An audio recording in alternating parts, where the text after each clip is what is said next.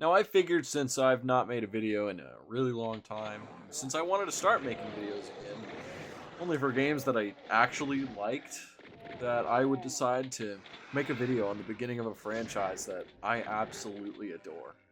That being the first Doom from 1993, also known as the Ultimate Doom. So, before we started, I wanted to lay out the ground rules being we're going to be playing on Ultra Violence, no mouse look, no modern controls, no jumping, and absolutely no mods. We're using the GZ Doom source port. I debated using the new ports that Night Dive had put out because the music from Andrew Holschult, but since we're going for a much more authentic experience, I figured I'd rather stick with Bobby Prince and his borderline plagiarized metal tracks. I also want to say that a good chunk of the video is going to be me complaining, unfortunately, because only 7 of the levels in Doom were made by somebody with intelligence, that being John Romero. The rest were made by Sandy Peterson, which, keep in mind that he only got to work on this game for about 2.5 months compared to the 15 that it took to actually just make most of the game. So, with that, I think we can jump right into episode 1.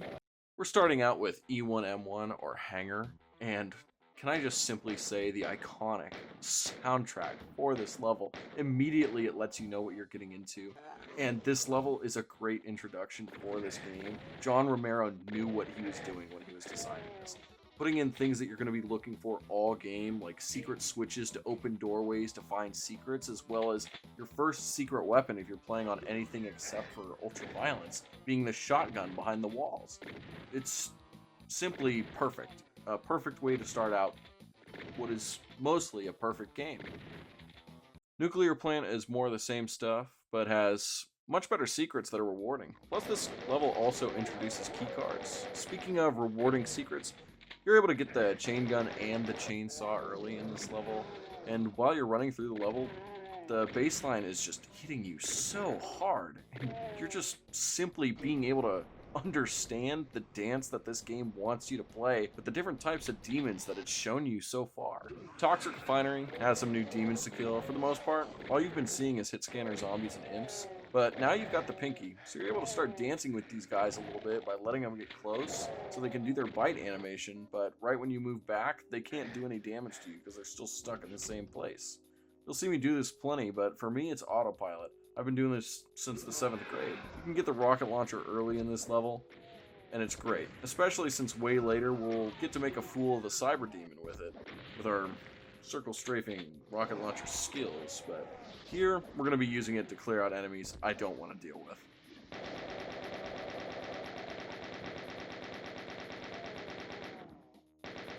Command Center, or E1M4, is awesome. This was one of my favorite levels in episode 1 for a long time, and it still is. There's some extreme amounts of demons for you to mow down in this level, and this was a collaboration between Tom Hall and John Romero. And you can easily see their great minds coming together to just make something perfect. Personally, the maze is one of my reasons why I like this level, just because it's extremely claustrophobic and the demons are just getting stuck behind each other, so if you really wanted to, you could just chainsaw all of them. But it also introduces a little bit of backtracking where you can see areas that you can't exactly access yet, and you just need specific items to get there. E1M5, for the most part, is okay. I'd say there's 2 halves of this level. First half is just fine as long as you're ready for an ambush. Second half of this level is basically bullshit because it's mostly just a dark room full with hit scanners as well as invisible fucking enemies. Being the Spectre, which I don't really count as a new enemy type because it's just a Pinky that you can't see for the most part. Worst part is, this is how you get out of the level. It's not like it's the entrance to a secret level or anything. You're forced to go through this. So not only can you not see all of the hit scanners, but there are also explosive barrels in the room. So it's equally as dangerous. This is the only part of episode 1 that I truly and genuinely have a problem with. But for the most part, it's still better than most of the stuff we're going to see in episode 2 and 3. E1M6 is going to start you out with a huge ambush getting the red keycard, and has what kind of feels like backtracking, but really it's just the level taking you back to hubs of doors. All in all, I'm not a huge fan of this level, especially this part where the whole room opens up and it's just Spectres, Pinkies, Shotgunners.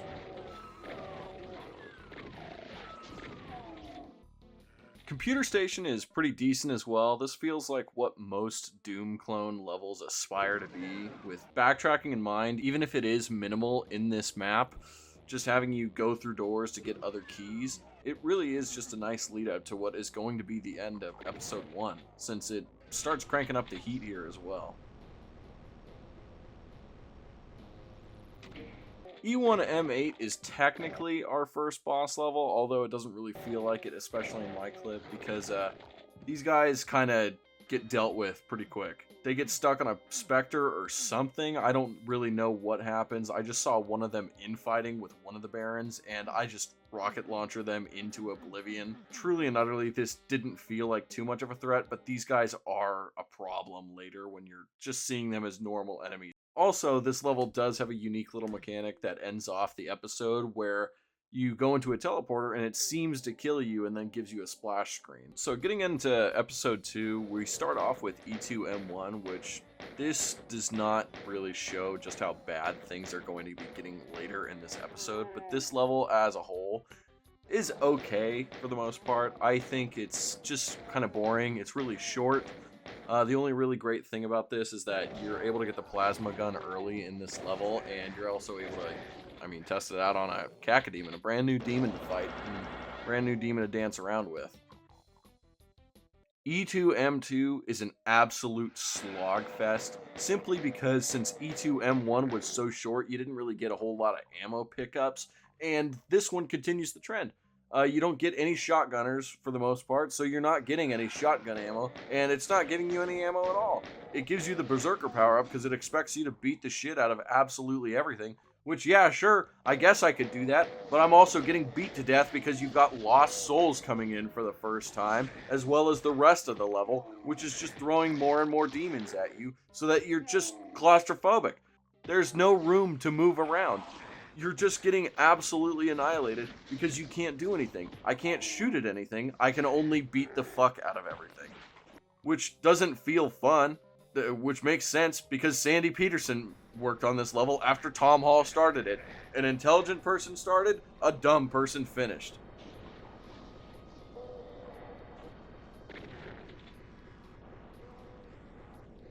E2M3 doesn't do the withholding ammo thing as bad, but you really start to feel the demon massacre start in these levels because the game just starts throwing hordes at you for you to slaughter. And I can see why this game was melting computers when it first came out. There's just so much shit going on a constant basis. But all in all, it's another okay level. There's just not a whole lot going on here besides just a horde of demons.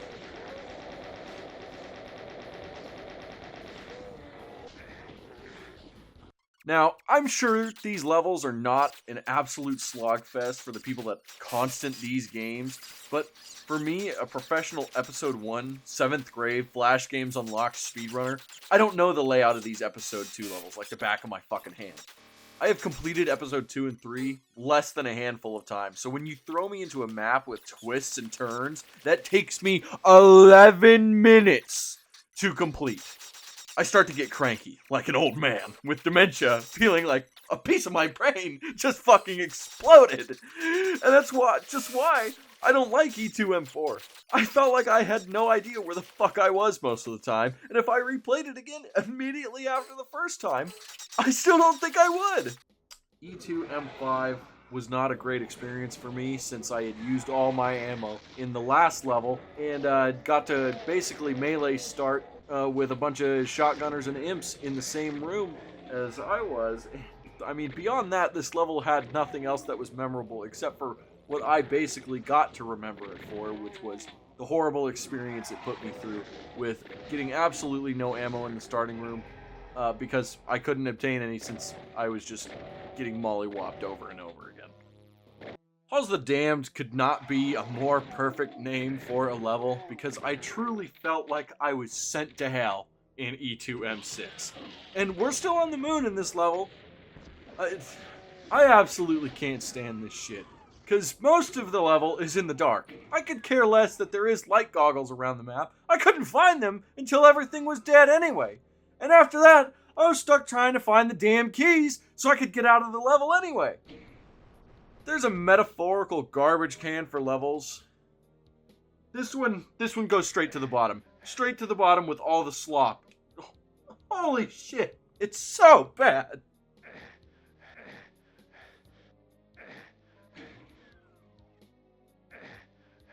E2M7, a breath of fresh air, honestly, after Halls of the Damned, but it really isn't enough. The only real great thing that's memorable about this level is that you get your first introduction to the invincibility power-up, which there's plenty of them in this level, so you're just able to run around, just kill things as you please without taking any damage. It's really fun, but oh my god, this being the level right after Halls of the Damned, I don't know if that hurts it or it helps it. Honestly, I just want it to be over.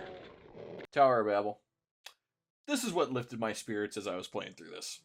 It's time to kick the shit out of the Cyber Demon. But first, we need to observe the absolute atmosphere in the spot. Barons of Hell hanging off the wall. What we believe is the strongest enemy in the game, just strung up. However, at this point in time, Lost Souls are more of a threat than the Cyber. Doesn't mean I didn't enjoy fighting him, because he gets absolutely shit on just by circle strafing.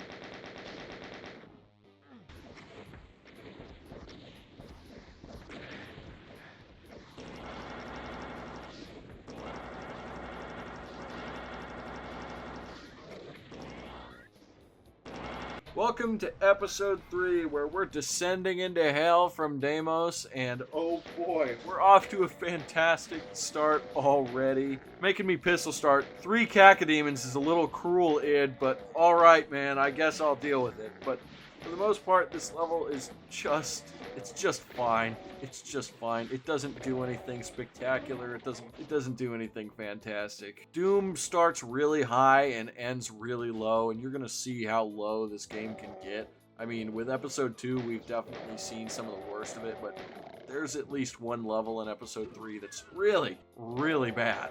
Like, unfathomably bad. E3M2, it's just poor level design. Sandy Peterson wasn't really thinking while making this level because it's just in the shape of a hand.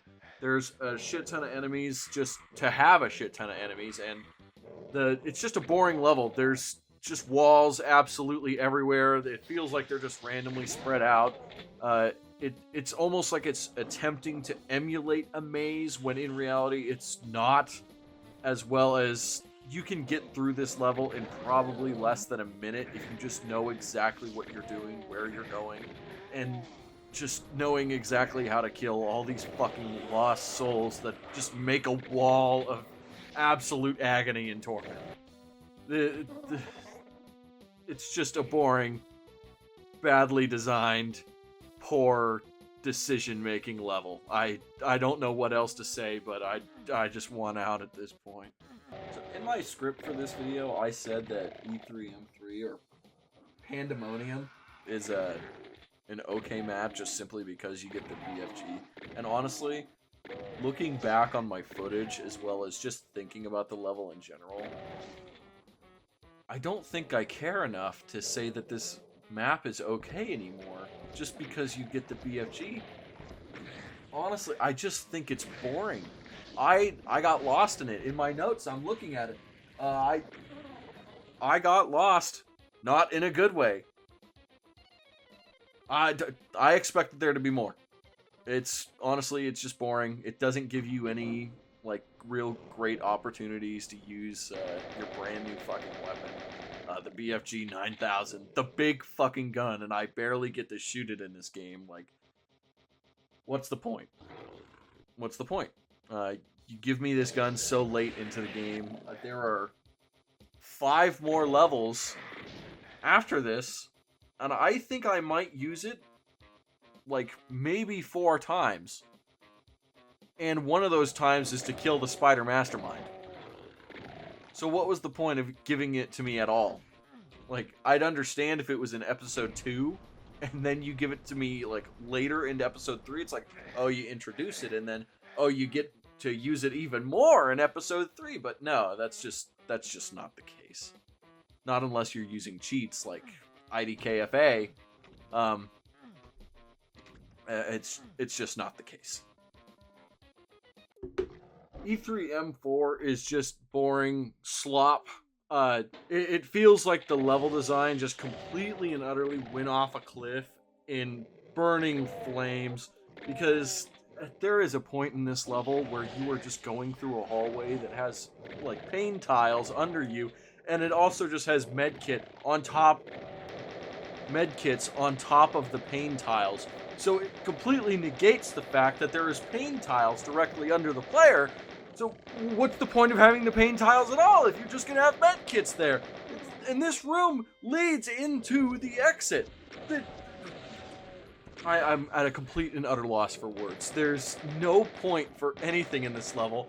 There was no point in even designing the level to begin with. You could have completely skipped over this and made another level, like the secret level in this episode, the actual like penultimate level, and it would have been 10 times better if even that level was E3M4, or literally anything else could have been E3M4. I'm just in disbelief. This level is the epitome of brain dead slop. Okay, so my script for Unholy Cathedral, or fucking E3M5, is extremely short, and honestly, I just don't think that gives this level any justice. Or injustice, I should say. But, this level's just bullshit. It's just a huge, dumb fucking teleporter puzzle. And, Pain Floors, it's really just trying to compete with Halls of the Damned for which one really pisses me off the most. It's just absolutely, like, there's no point for it. There's 4 different teleporter, like, doors that you go through, and they put you in different sections of the level. I mean, you get put into the center of this room.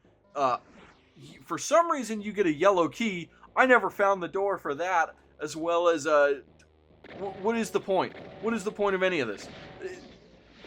Everything just feels like it's leading to somewhere else, just to piss you off even more. There's a room where it leads you into a bunch of fucking pinkies with an invisibility power-up and the Berserker power-up. And I felt like I needed the Berserker power-up, even though, in reality, I don't think I did. I don't think I did. But the level at that point, I just wanted to save ammo. I just wanted to get out. So I caused a need in my own brain just to get the Berserker power-up, so that I could save ammo, so that I could have it for the rest of this dumb bullshit episode. There's no compliments here. It's all just trash. And I really wish I could say otherwise. I don't have a single level in episode 3 that I like. And you're gonna see later, that doesn't change. It doesn't change at all. Going on to E3M6 here, Mount Erebus. Really pissed me off, I won't lie. Not only did this give me an aneurysm because fire blew, and if you don't know what that is, here it is. As well as just being full of lost souls. There's the exit to the one secret level that we're actually going to talk about. And for the most part, I mean, this level is just a big ol' empty space with a whole bunch of fucking enemies in it. There's a couple actual, like, buildings, but for the most part, it doesn't really matter. They're all just leading to other places. There's one room where you get trapped with some shotgunners and some imps. That's boring. There's another room where you got a shit ton of cacodemons and a fucking Baron of Hell throwing bullshit at you, but otherwise, there's no real point except for going to the secret level, which I could not, for the life of me, figure out on my own, because I personally don't ever remember going through this, except for maybe on my first playthrough, where I 100%ed everything, which, that was years ago at this point. I haven't touched episode 2 or 3 since then. So, I gave up, and I looked it up. I was told to rocket jump. Later, I'd watch a video from fucking Civi11 saying strafe jump. Yeah, I didn't fucking do that. So, me on extremely low health decided it was a great idea to try and rocket jump into the secret exit, which is the way you're supposed to do it.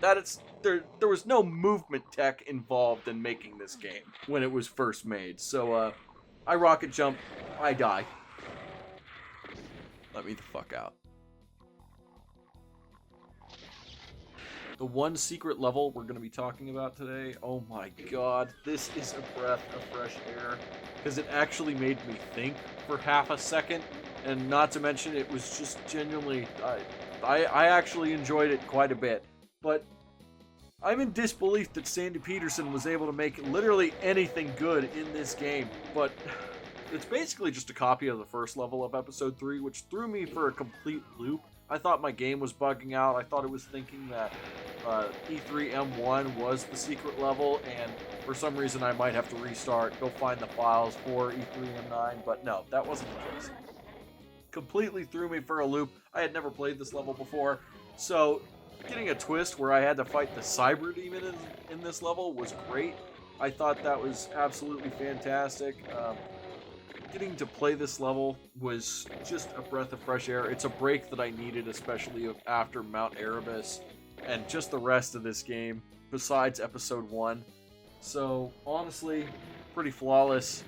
Just, it had a little bit of difficulty in there, just enough to make it hard and not make me want to just die. So, great level. Let's keep going. Okay, we gotta get back to the bullshit. We got one breath of fresh air, but with our penultimate level here, Gate to Limbo, basically just absolute torture. I mean, honestly, I can't really say anything otherwise. Like, it's just a big area that has a bunch of teleporters that you have to maneuver around and get switches and get to, like, just what's the point? What is the point?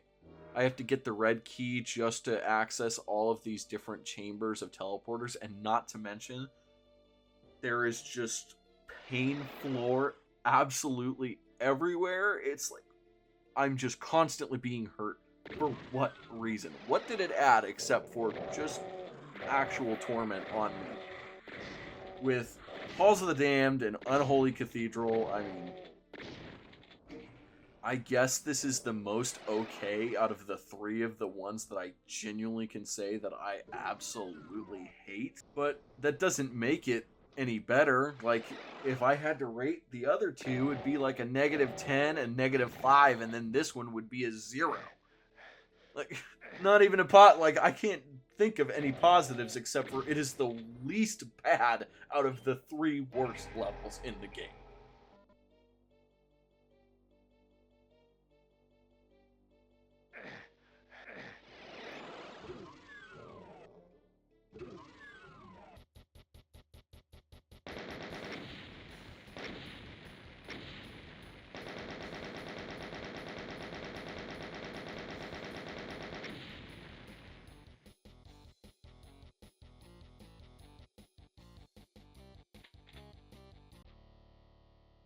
E3M8, the final level in the game besides episode 4, which was added with Ultimate Doom.